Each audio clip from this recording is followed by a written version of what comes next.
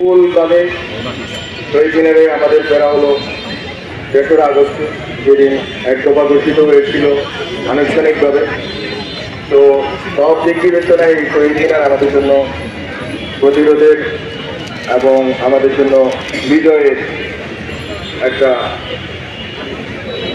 অনুষঙ্গ, এবং আমরা এখান থেকে শুরু করেছিলাম। এখানে এসে আমরা বিজয় উদযাপন করতে পেরেছিলাম। বিজয়ের 1 বছর পার হয়েছে, আমরা অনেকগুলো প্রতিশ্রুতি দিয়েছিলাম, তার মধ্যে একটা বড় অংশের প্রতিশ্রুতি বাস্তবায়নের কথা আমরা এই করতে পেরেছি, সব হয়তো বাস্তবায়িত হয়নি।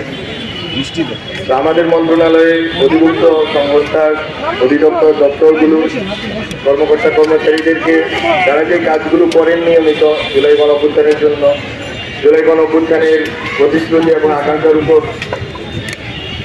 নির্মিত এই সরকারের জন্য এবং বিশেষ করে এই দেশের জনগণের জন্য আমরা তাদেরকে মনে করিয়ে দিতে চেয়েছিলাম যে তারা আসলে কোন আকাঙ্ক্ষার ভিত্তিতে কাজ করছে। আমরা এর ভিত্তিতে বোধ করলাম যে গত 1 বছর আগে আন্দোলন হয়েছিল, অভ্যুত্থান সংগঠিত হয়েছিল,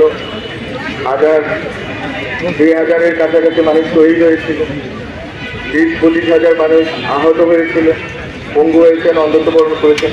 আমরা মূলত এই রিএনেক্টমেন্টটা চাচ্ছিলাম বারবার আমাদের কাজের মধ্য দিয়ে, আমাদের প্রোগ্রামের মধ্য দিয়ে, যে কীভাবে আমরা আমাদের শহীদদেরকে স্মরণ রাখতে পারি।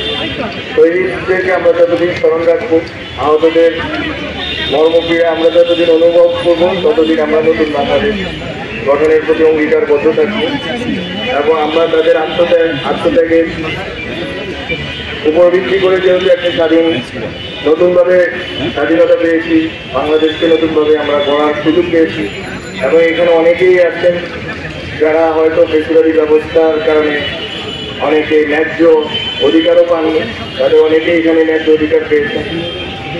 অনেকেই বৈষম্যের শিকার ছিলেন, বৈষম্যহীনতা দেখা পেয়েছেন 16 বছর পরে। অনেক কিছু পরিবর্তিত হয়েছে। হয়তো বাংলাদেশের সাধারণ মানুষের ভাগ্য পরিবর্তন হওয়ার যে লড়াইটা 1 বছরেই আমরা মনে করি যে এটা সম্ভব হয়নি। আমাদের চেষ্টা ছিল, আমাদের আরও চেষ্টা থাকবে। আর আমাদের দিক থেকে বলার আছে যে আমাদের মন্ত্রণালয় জুলাইতে মানুষের পাবলিক মেমোরিতে রাখার জন্য যথেষ্ট চেষ্টা করছি।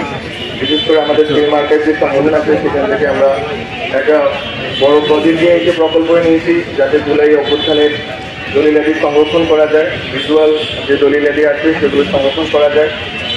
ডিআইডি অনেকগুলো গবেষণা ভিত্তিক কাজ করেছে, আমাদের ডিএসপি থেকে অনেকগুলো গবেষণা ভিত্তিক কাজের প্রকল্প চলমান আছে, এবং আরও প্রকল্প সামনে গৃহীত হবে। সব মিলিয়ে এই তথ্য ও সম্প্রচার মন্ত্রণালয় অভ্যুত্থানকে জনস্মৃতিতে ধরে রাখার জন্য